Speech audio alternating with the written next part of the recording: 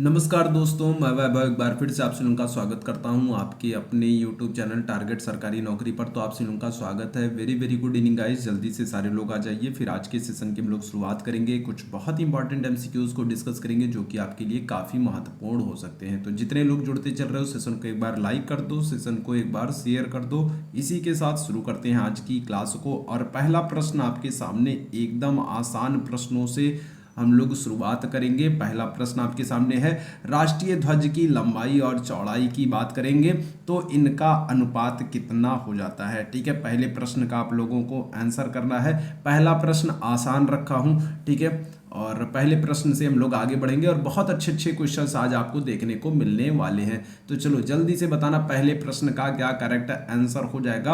राष्ट्रीय ध्वज की लंबाई और चौड़ाई का अनुपात क्या होगा। और देखो जितने लोग जुड़ते चल रहे हो सभी लोग सेशन को लाइक करते चलो, सेशन को शेयर करते चलो। ठीक है भाई बात, चलो बहुत अच्छे। पहले प्रश्न की बात करेंगे, करेक्ट आंसर क्या हो जाएगा। तो ऑप्शन यहाँ पर आपका बी वाला बिल्कुल करेक्ट हो जाएगा। 3:2 हो जाएगा। ठीक है, राष्ट्रीय ध्वज की लंबाई और चौड़ाई का अनुपात क्या होगा, तो 3:2 होगा। ये बात आप ध्यान रखना। ठीक है, तो पहले प्रश्न का ऑप्शन बी यहां पर बिल्कुल करेक्ट है। दूसरे प्रश्न की तरफ चलते हैं। राष्ट्रीय पंचांग के रूप में शक संवत को किस तिथि को स्वीकार किया गया है। ठीक है, तो देखो एक बात तो क्लियर है कि जो हमारा राष्ट्रीय पंचांग है, तो राष्ट्रीय पंचांग जो है हमारा क्या हो जाएगा, शक संवत हो जाएगा। राष्ट्रीय पंचांग के रूप में शक संवत को स्वीकार किया गया है। प्रश्न ये बन जाता है कि शक संवत को कब स्वीकार किया गया है। 22 मार्च 1950, 26 जनवरी 1950, 22 मार्च 1957 या फिर इनमें से कोई नहीं। दूसरे प्रश्न की बात करेंगे, करेक्ट आंसर क्या हो जाएगा, ऑप्शन सी हो जाएगा। 22 मार्च 1957 को राष्ट्रीय पंचांग के रूप में शक संवत को स्वीकार किया गया है। तो ऑप्शन यहां पर सी बिल्कुल करेक्ट हो जाएगा। चलो आगे बढ़ते हैं तीसरे प्रश्न की तरफ। अगले प्रश्न का आंसर कीजिएगा, कुली के लेखक कौन है। तो कुली नामक जो ये पुस्तक है इसके लेखक कौन है ये आपको बताना है। नीरज चंद्र चौधरी, मुल्कराज आनंद, RK नारायण या फिर खुशवंत सिंह। तीसरे प्रश्न का सभी लोग आंसर करते चलो भाई। ठीक है, कुली नामक जो पुस्तक है तो इसके लेखक कौन है, क्या करेक्ट आंसर हो जाएगा। तीसरे प्रश्न का आप लोगों को आंसर करना है। करेक्ट आंसर की बात करेंगे, ऑप्शन यहां पर बी बिल्कुल करेक्ट हो जाएगा। मुल्कराज आनंद हो जाएंगे। ठीक है, कौन हो जाएंगे, तो यहां पर अगर हम लोग कुली नामक पुस्तक की बात करेंगे तो मुल्कराज आनंद, ऑप्शन बी यहां पर बिल्कुल करेक्ट है। चलिए आगे बढ़ते हैं चौथे प्रश्न की तरफ। द ब्रोकन विंग की लेखिका कौन है। ब्रोकन विंग नामक पुस्तक की लेखिका कौन है, बहुत ही अच्छा प्रश्न है, बताइएगा। सरोजनी नायडू होंगी, इंदिरा गांधी होंगी, मेनका गांधी होंगी या फिर कोकिला बेन होंगी। ठीक है, चौथे प्रश्न का आप लोगों को आंसर करना है। ब्रोकन विंग नामक पुस्तक की लेखिका कौन है। चौथे प्रश्न की बात करेंगे, करेक्ट आंसर हो जाएंगी सरोजनी नायडू। ऑप्शन ए जितने लोग आंसर करोगे बिल्कुल करेक्ट हो जाओगे। सरोजनी नायडू जो है ये बिल्कुल करेक्ट आंसर है, ब्रोकन विंग की लेखिका। ठीक है भाई बात, चलो आगे बढ़ते हैं अगले प्रश्न की तरफ। पांचवें प्रश्न का आंसर करना है, विश्व जनसंख्या दिवस कब मनाते हैं। तो विश्व जनसंख्या दिवस आपसे पूछ रहा है, 5 जून को मनाते हैं, 27 जून को मनाते हैं, 11 जुलाई को मनाते हैं या फिर 29 अगस्त को मनाते हैं।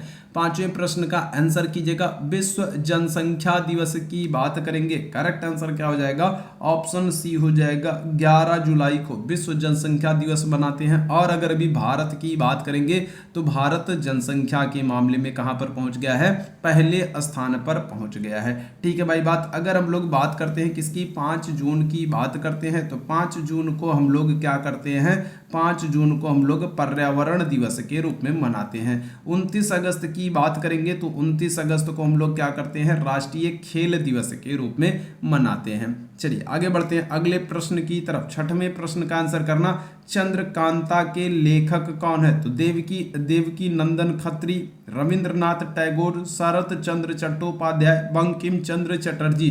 तो आपने बचपन में देखा होगा एक सीरियल आता था, चंद्रकांता नाम से एक सीरियल आता था। ठीक है, तो ये चंद्रकांता के लेखक कौन है ये आपको बताना है। देवकी नंदन खत्री, रविंद्रनाथ टैगोर, शरत चंद्र चट्टोपाध्याय या फिर बंकिम चंद्र चटर्जी। छठवें प्रश्न की बात करेंगे, करेक्ट आंसर क्या हो जाएगा, ऑप्शन आपका ए वाला बिल्कुल करेक्ट हो जाएगा, देवकी नंदन खत्री हो जाएंगे। ठीक है, कौन हो जाएंगे, ऑप्शन ए बिल्कुल करेक्ट होगा, देवकी नंदन खत्री। आगे बढ़ते हैं अगले प्रश्न की तरफ। सातवें प्रश्न का आंसर कीजिएगा, स्टेनिक वर्सेज के लेखक कौन है। सातवें प्रश्न का आंसर करना है, स्टेनिक वर्सेज के लेखक कौन है, सलमान रुश्दी, विक्रम सेठ, वी एस नायपॉल या फिर अरुंधति रॉय। सातवें प्रश्न का सभी लोग आंसर करते चलो। सेशन पसंद आ रहा हो तो सेशन को लाइक कर दो, सेशन को शेयर कर दो।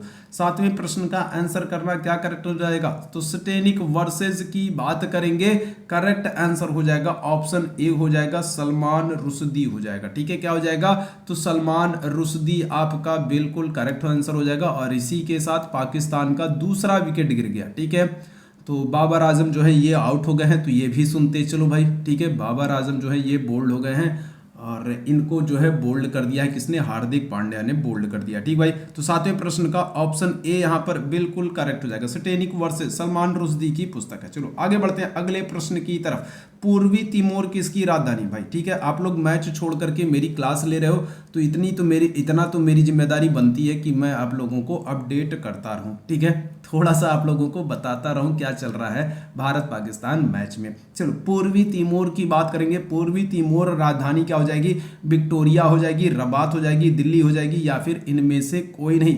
आठवें प्रश्न का आंसर करना भाई, पूर्वी तिमोर की राजधानी क्या है, तो पूर्वी तिमोर की राजधानी क्या है, विक्टोरिया है, रबात है, दिल्ली है या फिर इनमें से कोई नहीं है। आठवें प्रश्न की बात करेंगे, करेक्ट आंसर क्या हो जाएगा, तो ऑप्शन यहाँ पर सी वाला हो जाएगा, दिल्ली हो जाएगा। ठीक है, पूर्वी तिमोर की राजधानी क्या हो जाएगी, तो दिल्ली हो जाएगी। ऑप्शन सी यहाँ पर बिल्कुल करेक्ट हो जाएगा। आगे बढ़ते हैं अगले प्रश्न की तरफ। 9वें प्रश्न का सभी लोग आंसर करना, हृदय प्रत्यारोपण करने वाले पहले भारतीय डॉक्टर कौन है। ठीक है, तो हृदय को ट्रांसप्लांट करने वाले, हृदय प्रत्यारोपण करने वाले पहले भारतीय डॉक्टर कौन है, वी वेणुगोपाल, आर के अग्रवाल, ए के ठाकुर या फिर वी रंगराजन। 9वें प्रश्न का आप लोग आंसर करते चलना भाई, क्या करेक्ट आंसर हो जाएगा, हृदय प्रत्यारोपण करने वाले पहले भारतीय डॉक्टर। करेक्ट आंसर हो जाएंगे आपके option V Venugopal. Option A यहाँ पर बिल्कुल करेक्ट हो जाएगा। ठीक है, चलो आगे बढ़ते हैं 10वें प्रश्न की तरफ। अगले प्रश्न का आंसर करना भाई, अंतरराष्ट्रीय न्यायालय में न्यायाधीश बनने वाले पहले भारतीय कौन है। चलो 10वें प्रश्न का आंसर करना भाई। ठीक है, अंतरराष्ट्रीय न्यायालय में न्यायाधीश बनने वाले पहले भारतीय कौन है, तो A S Ahluwalia, A S Anand, Hiralal J Kania या फिर नागेंद्र सिंह। 10वें प्रश्न की बात करेंगे, करेक्ट आंसर क्या हो जाएगा, अंतरराष्ट्रीय न्यायालय में न्यायाधीश बनने वाले पहले भारतीय जो है ये हो जाएंगे आपके ऑप्शन डी हो जाएंगे, नागेंद्र सिंह हो जाएंगे। ठीक है, क्या हो जाएंगे, तो ऑप्शन डी नागेंद्र सिंह हमारा बिल्कुल करेक्ट आंसर हो जाएगा, अंतरराष्ट्रीय न्यायालय में न्यायाधीश बनने वाले पहले भारतीय हैं। आगे बढ़ते हैं अगले प्रश्न का आंसर करना। 11वें प्रश्न की बात करते हैं, दक्षिणी ध्रुव पर पहुंचने वाले पहले व्यक्ति कौन बने हैं। ठीक है, दक्षिणी ध्रुव पर, देखो उत्तरी ध्रुव की हम लोग बात कर चुके थे पिछले सेशन में, अब इस सेशन में हम लोग दक्षिणी ध्रुव की बात करेंगे। तो दक्षिणी ध्रुव पर पहुंचने वाले पहले व्यक्ति कौन है। 11वें प्रश्न का आंसर करना है, रॉबर्ट पियरी, एमंडसेन, कोलंबस या फिर मार्को पोलो। करेक्ट आंसर क्या हो जाएगा, ऑप्शन आपका बी होगा, एमंडसेन हो जाएंगे। किस देश के हैं, तो ये नॉर्वे के हैं। ठीक है, कहाँ के हैं, तो नॉर्वे के हैं एमंडसेन, और दक्षिणी ध्रुव पर पहुंचने वाले पहले व्यक्ति हो जाएंगे, तो ऑप्शन बी यहाँ पर बिल्कुल करेक्ट हो जाएगा। ठीक है भाई बात। चलो आगे बढ़ते हैं अगले प्रश्न की तरफ। 12वें प्रश्न का सभी लोग आंसर करना, भारत की पहली महिला जिसने सर्वप्रथम मिस वर्ल्ड का खिताब जीता है। 12वें प्रश्न का आंसर करो। ठीक है, तो भारत की तरफ से पूछा जा रहा है, भारत की तरफ से या भारत की पहली महिला जिन्होंने क्या किया है, जिन्होंने मिस वर्ल्ड का खिताब जीता है। ऐश्वर्या राय, लारा दत्ता, सुष्मिता सेन या फिर रीता फारिया। 12वें प्रश्न की बात करेंगे, करेक्ट आंसर कौन हो जाएंगे, ऑप्शन आपके डी हो जाएगा, रीता फारिया हो जाएंगी। ठीक है, कौन हो जाएंगी, तो रीता फारिया हो जाएंगी। ऑप्शन डी यहाँ पर बिल्कुल करेक्ट है। ठीक है, चलो आगे बढ़ते हैं अगले प्रश्न की तरफ। अगले प्रश्न का आंसर करना सभी लोग। 13वें प्रश्न की तरफ चलते हैं। मिस यूनिवर्स बनने वाली पहली भारतीय महिला कौन बनेगी। अभी मिस यूनिवर्स का बताना है। ठीक है, अभी किसका बताना है, तो अभी मिस यूनिवर्स का बताना है। मिस यूनिवर्स बनने वाली पहली भारतीय महिला कौन बनी है? रीता फारिया, ऐश्वर्या राय, सुष्मिता सेन या फिर इनमें से कोई नहीं। तो यहाँ पर क्या हो जाएगा, अगर हम लोग बात करते हैं तो करेक्ट आंसर 13वें प्रश्न का ऑप्शन सी हो जाएगा, सुष्मिता सेन हो जाएंगी। ठीक है, कौन है? तो सुष्मिता सेन पहली भारतीय है जो मिस यूनिवर्स बनती हैं। ऑप्शन सी बिल्कुल करेक्ट हो जाएगा।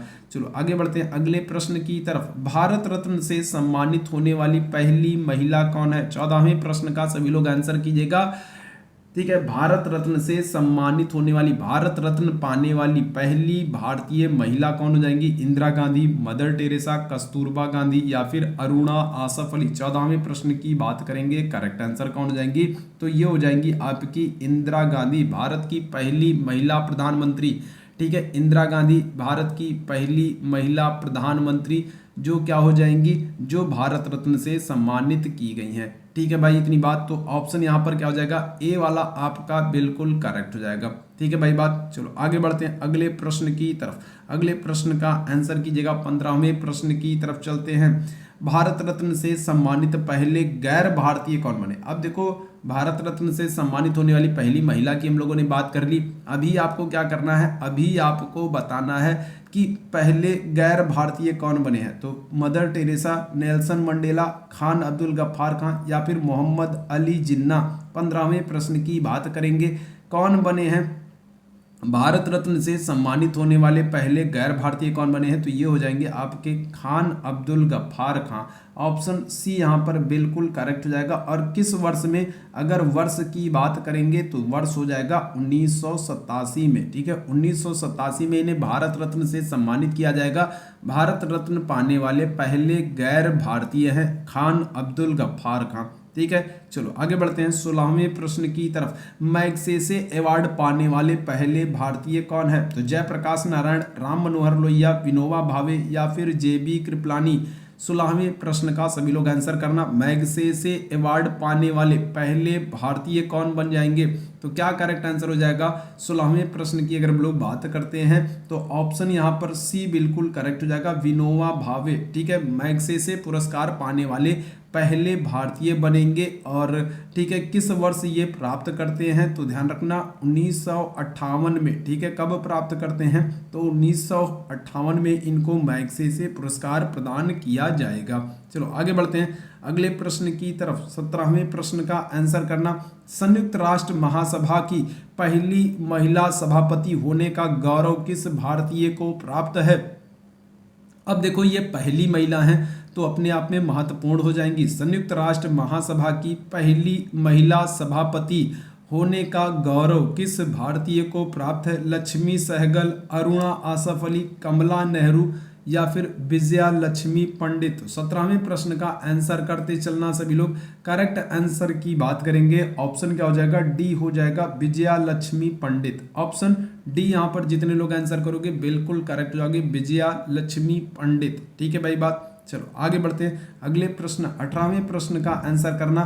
शालीमार बाग कहाँ पर स्थित है? श्रीनगर, गुलमर्ग, दार्जिलिंग या फिर ऊटी। शालीमार बाग ये कहाँ पर स्थित है? फटाफट आंसर करते चलो। और जितने लोग बाद में जुड़े हो सभी लोग सेशन को एक बार लाइक कर दो, सेशन को एक बार आप सभी लोग शेयर जरूर कर दो। ठीक है, 18वें प्रश्न की बात करेंगे। करेक्ट आंसर क्या हो जाएगा? ऑप्शन ए हो जाएगा, श्रीनगर में। ठीक है, कहाँ पर? तो श्रीनगर में शालीमार बाग जो है ये स्थित है। ठीक है, शालीमार बाग जो है श्रीनगर में स्थित है। ऑप्शन ए यहाँ पर बिल्कुल करेक्ट हो जाएगा। अगले प्रश्न का आंसर करना। ब्लैक पैगोडा के नाम से प्रसिद्ध सूर्य मंदिर कहाँ पर है? ठीक है, तो देखो, हम्पी, कोणार्क, मैसूर या फिर पुरी। ब्लैक पैगोडा, तो ब्लैक पैगोडा के नाम से प्रसिद्ध है कोणार्क का सूर्य मंदिर। ठीक है, कहाँ पर ये हो जाएगा? तो ये हो जाएगा आपका कोणार्क में। ऑप्शन बी बिल्कुल करेक्ट हो जाएगा। ठीक है, तो सूर्य मंदिर को ब्लैक पैगोडा के नाम से भी जानते हैं और ये कोणार्क में स्थित है। तो ऑप्शन बी बिल्कुल करेक्ट हो जाएगा। कौन सा राज्य होगा? तो उड़ीसा राज्य में है। ठीक है, कहाँ पर है? उड़ीसा राज्य में है। निर्माण इसने किसने कराया है? तो नरसिंह देव बर्मन प्रथम के द्वारा। ठीक है, किसके द्वारा? तो नरसिंह देव बर्मन प्रथम के द्वारा इसका निर्माण कराया गया है। ठीक है, चलो आगे बढ़ते हैं 20वें प्रश्न की तरफ। फार्मोसा किस देश का प्राचीन नाम है? ठीक है, तो फार्मोसा ताइवान, चीन, थाईलैंड या फिर सुमात्रा। 20वें प्रश्न का आंसर करना भाई। फार्मोसा किस देश का पुराना नाम है? क्या करेक्ट आंसर हो जाएगा? 20वें प्रश्न की बात करेंगे, फटाफट आंसर करते चलो सभी लोग। 20वें प्रश्न की बात करेंगे, करेक्ट आंसर क्या हो जाएगा? ऑप्शन ए हो जाएगा, ताइवान हो जाएगा। ठीक है, फार्मोसा किस देश का प्राचीन नाम है? तो ताइवान, ऑप्शन ए यहाँ पर बिल्कुल करेक्ट है। आगे बढ़ते हैं 21वें प्रश्न की तरफ। पूर्व में किस देश को श्याम के नाम से जाना जाता था? तो कौन सा देश है जिसका पहले नाम श्याम था? बताइएगा। तो कौन सा देश है जिसका पहले नाम श्याम था? कंबोडिया, थाईलैंड, चीन या फिर हवाई द्वीप? 21वें प्रश्न का आंसर करना भाई। कौन सा देश है जिसका पहले नाम श्याम था, श्याम के नाम से जाना जाता था? करेक्ट आंसर की बात करेंगे तो ये हो जाएगा आपका ऑप्शन बी हो जाएगा, थाईलैंड। ठीक है, तो थाईलैंड का पहले नाम श्याम था। 21वें प्रश्न का ऑप्शन बी यहाँ पर बिल्कुल करेक्ट हो जाएगा।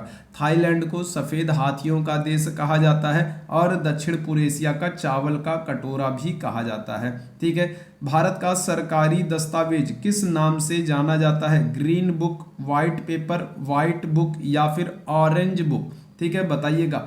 ग्रीन बुक के नाम से जाना जाएगा, व्हाइट पेपर के नाम से जाना जाएगा, व्हाइट बुक के नाम से जाना जाएगा या फिर ऑरेंज बुक के नाम से जाना जाएगा? 22वें प्रश्न की बात करेंगे, करेक्ट आंसर क्या हो जाएगा? ऑप्शन आपका बी हो जाएगा, व्हाइट पेपर। भारत का जो सरकारी दस्तावेज है उसको व्हाइट पेपर के नाम से जानते हैं। ऑप्शन बी यहाँ पर बिल्कुल करेक्ट है। आगे बढ़ते हैं अगले प्रश्न की तरफ। 23वें प्रश्न का आंसर करना। भारतनाट्यम कहाँ का शास्त्रीय नृत्य है? ठीक है, भारतनाट्यम की बात करेंगे तो बताइएगा कहाँ का शास्त्रीय नृत्य हो जाएगा? केरल का, कर्नाटक का, आंध्र प्रदेश का या फिर तमिलनाडु का? ठीक है, भारतनाट्यम कहाँ का शास्त्रीय नृत्य है? करेक्ट आंसर क्या हो जाएगा? ऑप्शन आपका डी हो जाएगा। भारतनाट्यम जो है ये तमिलनाडु का शास्त्रीय नृत्य है। अगर आंध्र प्रदेश की हम लोग बात करते हैं तो आंध्र प्रदेश का क्या हो जाएगा? तो आंध्र प्रदेश का है कुचिपुड़ी। ठीक है, क्या है? तो आंध्र प्रदेश का कुचिपुड़ी है। कि अगर हम लोग कर्नाटक की बात करेंगे तो कर्नाटक का क्या होगा? तो कर्नाटक का होगा यक्षगान। ठीक है, और अगर हम लोग केरल की बात करते हैं तो केरल में कथकली और मोहिनी अट्टम, ये दोनों कहाँ के हो जाएंगे? केरल के हो जाएंगे। ऑप्शन हमारा कौन सा? डी वाला करेक्ट होगा, तमिलनाडु। लोक नृत्य भरतनाट्यम है। 24वें प्रश्न की तरफ चलते हैं। शिव कुमार शर्मा का संबंध किससे है? तो बताइएगा। शिव कुमार शर्मा जो हैं तो ये क्या हो जाएंगे भाई? इनका संबंध किससे है? संतूर वादन से है, शहनाई से है, सरोज वादन से है या फिर पखावज से है? चलो जल्दी से 24वें प्रश्न का आंसर करो भाई। शिव कुमार शर्मा किससे इनका संबंध है? 24वें प्रश्न की बात करेंगे, करेक्ट आंसर आपके ऑप्शन ए हो जाएंगे, संतूर वादन से है। ठीक है, किससे है? तो संतूर वादन से इनका संबंध है। ऑप्शन ए यहाँ पर बिल्कुल करेक्ट है। अगले प्रश्न की तरफ चलते हैं। 25वें प्रश्न का आंसर कीजिएगा। अमजद अली खान का संबंध किससे है? 25वें प्रश्न का आंसर करो भाई। अमजद अली खान का संबंध किससे है? सरोज वादन से, सितार वादन से, वायलिन वादन से या फिर वीणा वादन से? अमजद अली खान का संबंध किससे हो जाएगा? किस वाद्य यंत्र से हो जाएगा? 25वें प्रश्न की बात करेंगे, ऑप्शन ए सरोज वादन से। ठीक है, किससे? तो सरोज वादन से हो जाएगा अमजद अली खान का संबंध। ऑप्शन ए जितने लोग आंसर कर रहे हो बिल्कुल करेक्ट हो। आगे बढ़ते हैं, 26वें प्रश्न की बात करते हैं। प्रतिष्ठित ऑस्कर अवार्ड पाने वाली पहली भारतीय कौन है? ठीक है, बताइएगा। तो कौन है जो ऑस्कर अवार्ड पाने वाली पहली भारतीय है? सत्यजीत रे, मृणाल सेन, स्मिता पाटिल या फिर भानु अथैया? 26वें प्रश्न का आंसर कीजिएगा कि ऑस्कर अवार्ड पाने वाले पहले कौन हो जाएंगे? 26वें प्रश्न की बात करेंगे, करेक्ट आंसर क्या हो जाएगा? ऑप्शन आपका डी हो जाएगा, भानु अथैया। ऑप्शन डी हमारा बिल्कुल करेक्ट आंसर हो जाएगा। ठीक है भाई बात। चलो आगे बढ़ते हैं अगले प्रश्न की तरफ। 27वें प्रश्न का आंसर कीजिएगा। केंद्रीय जांच bureau CBI central bureau of investigation की स्थापना किस वर्ष की गई है? ठीक है, तो CBI central bureau of investigation, ठीक है, केंद्रीय जांच bureau central bureau of investigation की स्थापना किस वर्ष की गई है? 1969 में, 1966 में, 1963 में या फिर 1960 में? फटाफट आंसर करते चलो, क्या हो जाएगा? करेक्ट आंसर ऑप्शन सी हो जाएगा 1963 में। ठीक है, तो 1963 में केंद्रीय जांच ब्यूरो सीबीआई की स्थापना की गई है। 28वें प्रश्न की तरफ चलते हैं। भारत में परमाणु ऊर्जा आयोग की स्थापना किस वर्ष की गई? 1947, 1948, 1949 या फिर 1952 में? 28वें प्रश्न का आंसर कीजिएगा। भारत में परमाणु ऊर्जा आयोग की स्थापना किस वर्ष की गई है? तो क्या करेक्ट आंसर होगा? सभी लोग आंसर करते चलो। ऑप्शन यहाँ पर बी हमारा बिल्कुल करेक्ट हो जाएगा, 1948 में। ठीक है, परमाणु ऊर्जा आयोग की स्थापना होगी।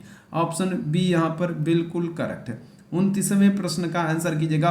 संयुक्त राष्ट्र महासचिव का कार्यकाल कितने वर्ष का होता है? 29वें प्रश्न का आप लोगों को आंसर करना है। चलो जल्दी से बताना। तो संयुक्त राष्ट्र महासचिव का कार्यकाल कितने वर्ष का होगा? 4 वर्ष का, 5 वर्ष का, 6 वर्ष का या फिर 7 वर्ष का? क्या करेक्ट आंसर हो जाएगा? संयुक्त राष्ट्र महासचिव कार्यकाल की बात करेंगे, ऑप्शन यहाँ पर बी आपका बिल्कुल करेक्ट होगा, 5 वर्ष का होता है। ठीक है, कितने का? तो 5 वर्ष का कार्यकाल होता है संयुक्त राष्ट्र महासचिव का। चलिए आगे बढ़ते हैं अगले प्रश्न की तरफ। ठीक है, अगले प्रश्न की तरफ चलते हैं। 30वें प्रश्न का आंसर कीजिएगा। संयुक्त राष्ट्र की मान्यता प्राप्त भाषाओं में कौन नहीं है? ठीक है, बहुत ही अच्छा प्रश्न है और पूछा गया प्रश्न है, तो बताना। संयुक्त राष्ट्र की अगर हम लोग बात करेंगे, संयुक्त राष्ट्र संघ की जो मान्यता प्राप्त भाषाएं हैं तो उनमें कौन सी भाषा नहीं है? अंग्रेजी और फ्रेंच, चीनी और रूसी, अरबी और स्पेनिश, मंदारिन और हिंदी। क्या करेक्ट आंसर हो जाएगा भाई? 30वें प्रश्न की अगर हम लोग बात करते हैं, ठीक है, तो संयुक्त राष्ट्र की मान्यता प्राप्त भाषाओं में ऑप्शन डी हमारा करेक्ट होगा। मंदारिन और हिंदी जो है ये मान्यता प्राप्त भाषाओं में नहीं है। ठीक है, क्या हो जाएगा? तो ये मान्यता प्राप्त भाषाओं में नहीं है। ऑप्शन डी यहाँ पर बिल्कुल करेक्ट है। ठीक है, चलो आगे बढ़ते हैं अगले प्रश्न की तरफ। 31वें प्रश्न का आंसर करना। अंतरिक्ष में छोड़ा गया प्रथम कृत्रिम उपग्रह कौन सा था? ठीक है, तो अंतरिक्ष में छोड़ा गया पहला कृत्रिम उपग्रह कौन सा है? लूना 1 है, अपोलो 11 है, स्पुतनिक 1 है या फिर जेमिनी 8 है? क्या करेक्ट आंसर हो जाएगा? चलिए जल्दी से बताइएगा।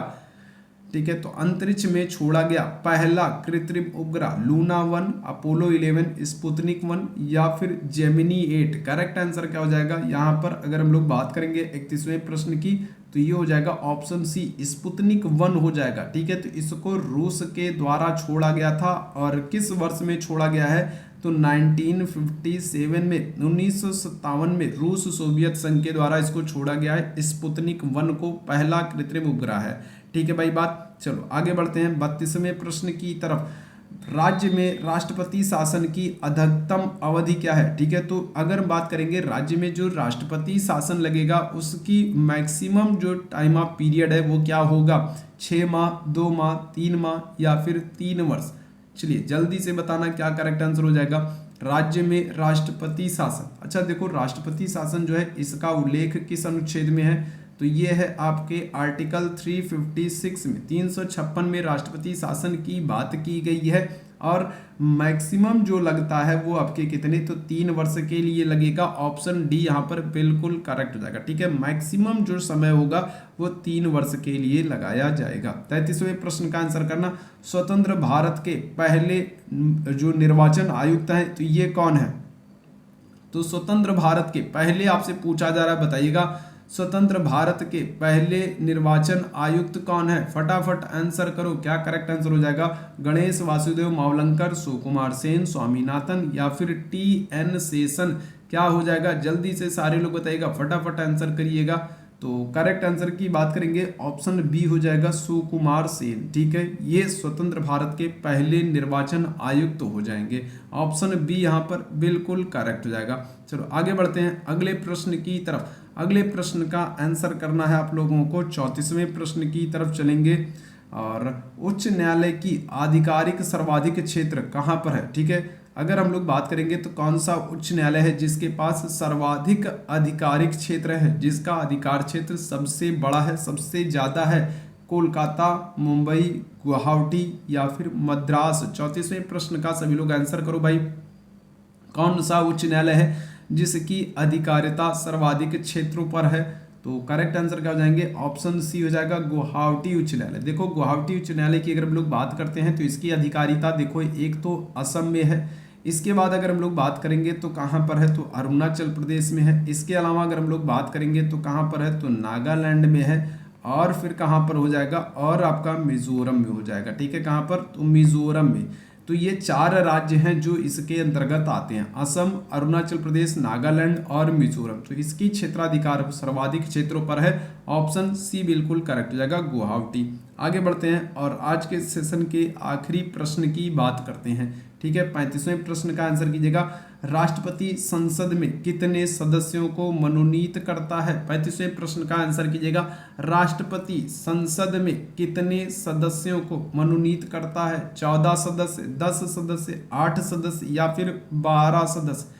क्या करेक्ट आंसर हो जाएगा? चलो जल्दी से सारे लोग बताना भाई, क्या करेगा राष्ट्रपति? तो यहाँ पर करेक्ट आंसर आपका ऑप्शन डी हो जाएगा, 12 सदस्य। देखो पहले क्या होता था, राष्ट्रपति जो है वो लोकसभा की बात करेंगे, लोकसभा में 2 सदस्य, और राज्यसभा में क्या होता था, तो राज्यसभा में 12 सदस्य, कुल मिलाकर के 14 सदस्य मनोनीत करता था। लेकिन अभी जो ये 2 सदस्य मनोनीत होते थे, इनको 104वें संशोधन के द्वारा, ठीक है, कौन सा, तो 104वें संशोधन के द्वारा ये जो 2 सदस्य मनोनीत होते थे इनको समाप्त कर दिया गया। तो अभी वर्तमान में अगर हम लोग बात करेंगे तो राष्ट्रपति सिर्फ 12 सदस्यों को मनोनीत करता है। ऑप्शन क्या हो जाएगा, डी यहाँ पर बिल्कुल करेक्ट हो जाएगा, 12 सदस्य। तो ये आज के सेशन में 35 महत्वपूर्ण प्रश्न थे। उम्मीद है सेशन आप लोगों को पसंद आया होगा। सेशन पसंद आया हो तो सेशन को एक बार लाइक करो, शेयर करना बिल्कुल ना भूलो, तो शेयर जरूर कर दो सभी लोग। अभी के लिए बस इतना ही करता हूँ। थैंक यू सो मच आप सभी लोगों को मेरे साथ जुड़ने के लिए। गुड नाइट, शुभ रात्रि।